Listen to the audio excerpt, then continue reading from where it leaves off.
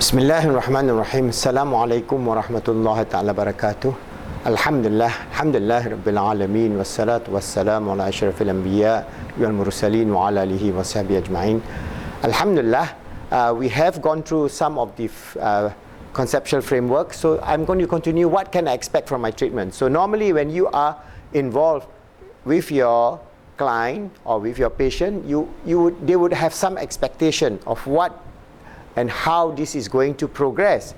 So there are many techniques in CBT, by CBT. Some are used for treatment sessions, some for homework and assignments, and most are aimed at modifying negative or anxiety provoking thoughts. That means how we can actually reframe or reshape the whole negative inner speech or automatic thoughts. Some of the techniques are as follows. For example, examining the evidence for and against a negative thought. So in the previous session, I have explained to you of the whole range in which Beck have mentioned in this book. I have said that the logical error in thinking described by Beck, Aaron Beck, one is arbitrary inference or all or nothing kind of thinking.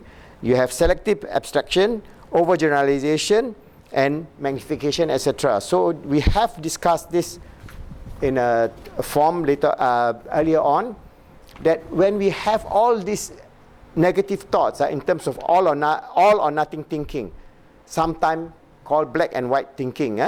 If I'm not perfect, then I'm a failure. That kind of thing, So there are a lot of people who have very high expectation of themselves, but in the end, they become very depressed because they cannot achieve those very high expectations, which anyway is not reasonable. So it's how you're going to bring them. In the case, for example, like a patient disliked by his boss. This technique will involve questioning us. What was the evidence that I'm disliked by my boss? So what is the evidence? So it's thought-provoking. What was the evidence that I'm disliked by my boss? Is there another interpretation to the evidence? All right. Was there any evidence that I have done a bad job? Or was there anything wrong about feeling anxious in my situation, or it was just a natural reaction by my boss, and so on. So all this approach is in terms of the illogical thinking or errors in thinking or unhelpful thinking style, is all or nothing thinking, or you have overgeneralizing. For example, everything I see is rubbish. For example, seeing a pattern based upon a single event, or being overly broad in the conclusion that we draw. Either way is not good. Okay. Then we have this problem of mental filter. Only paying attention to certain type of evidence. So you have people who are always thinking only the evidence that will suit their negative inner speech. That means all the others they discount. So they have this very bad mental filter. The next one is disqualifying the positive. Discounting the good things that has happened to them, or they have done for other person, and so on. So for example, they may see themselves as insignificant or being a bad person, whereas they have done many things that is good. So they discount the positive. All right.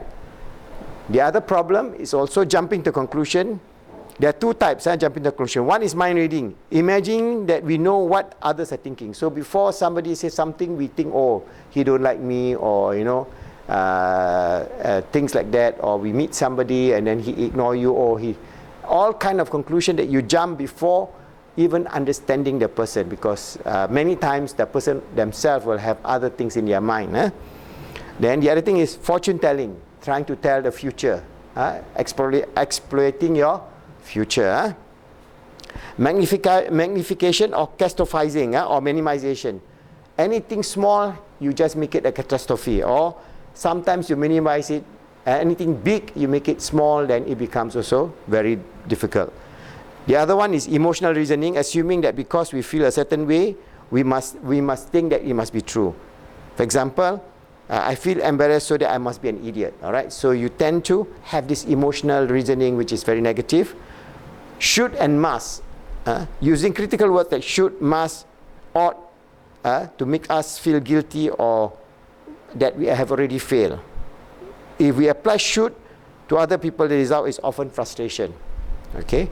The other one is labeling, assigning labels to ourselves and others. I'm a loser, I'm completely useless, I'm an idiot, and so on. Or that guy is hopeless, he's sure to fail in life, things like that. All right. Personalization.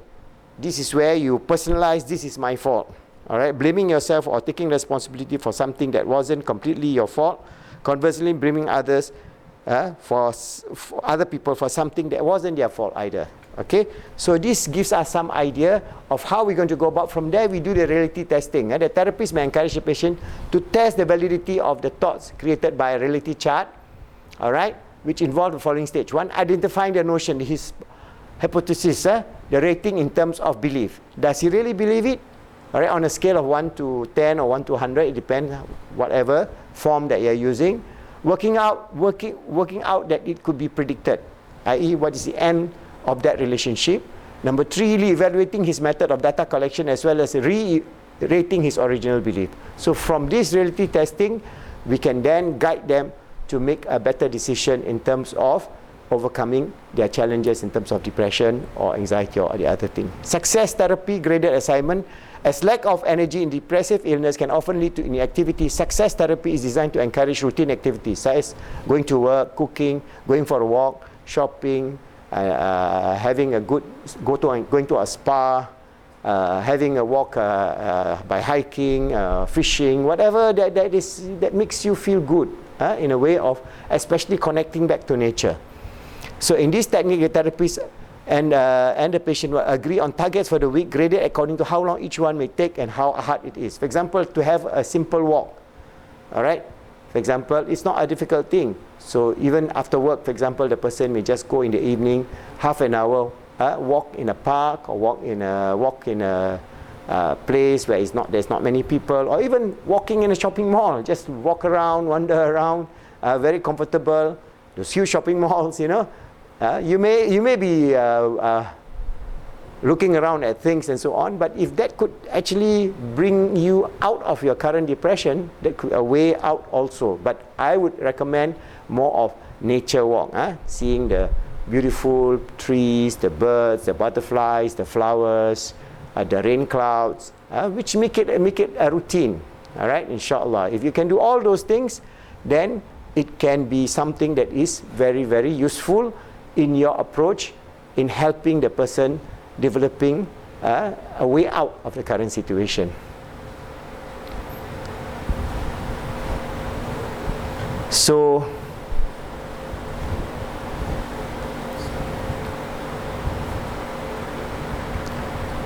activity scheduling, all right, a person who is depressed usually stop engaging in activities as a result of his or her mood getting worse. Activity scheduling seeks to reverse the process and enable you to log your progress over a period of days, months, and so on. All right, so activity scheduling may involve Beck's concept of mastery and pleasure. The theory behind the concept is that we all need to feel good about ourselves, and we need to have good reinforcement, by compliments, passing an exam, and things like that. Keeping a diary, this is where I'm going to give you more tools on keeping. This help to log thoughts, feelings that may evolve, thoughts catching, your monitor, your feelings and the catch, accompanying the thoughts, and record them in a thought diary. You may be able to use this as a way to pinpoint the critical difference between absolute negative thoughts, rational response at a particular time, at a particular period in your day. Maybe it only happened at the workplace because you are stressed out, all right? Or maybe it only happened at home because your relationship with your hubby or your wife is in tatters, or whatever it is. So from there you can have a look and then find a way out of the situation. Okay, so that is basically give you some idea of what to expect and how to go about with it in a framework that is quite compatible between CBT and PI-CBT, and hopefully inshallah from here we can progress on to from conceptual approach to tools that we can use as we go along, inshallah.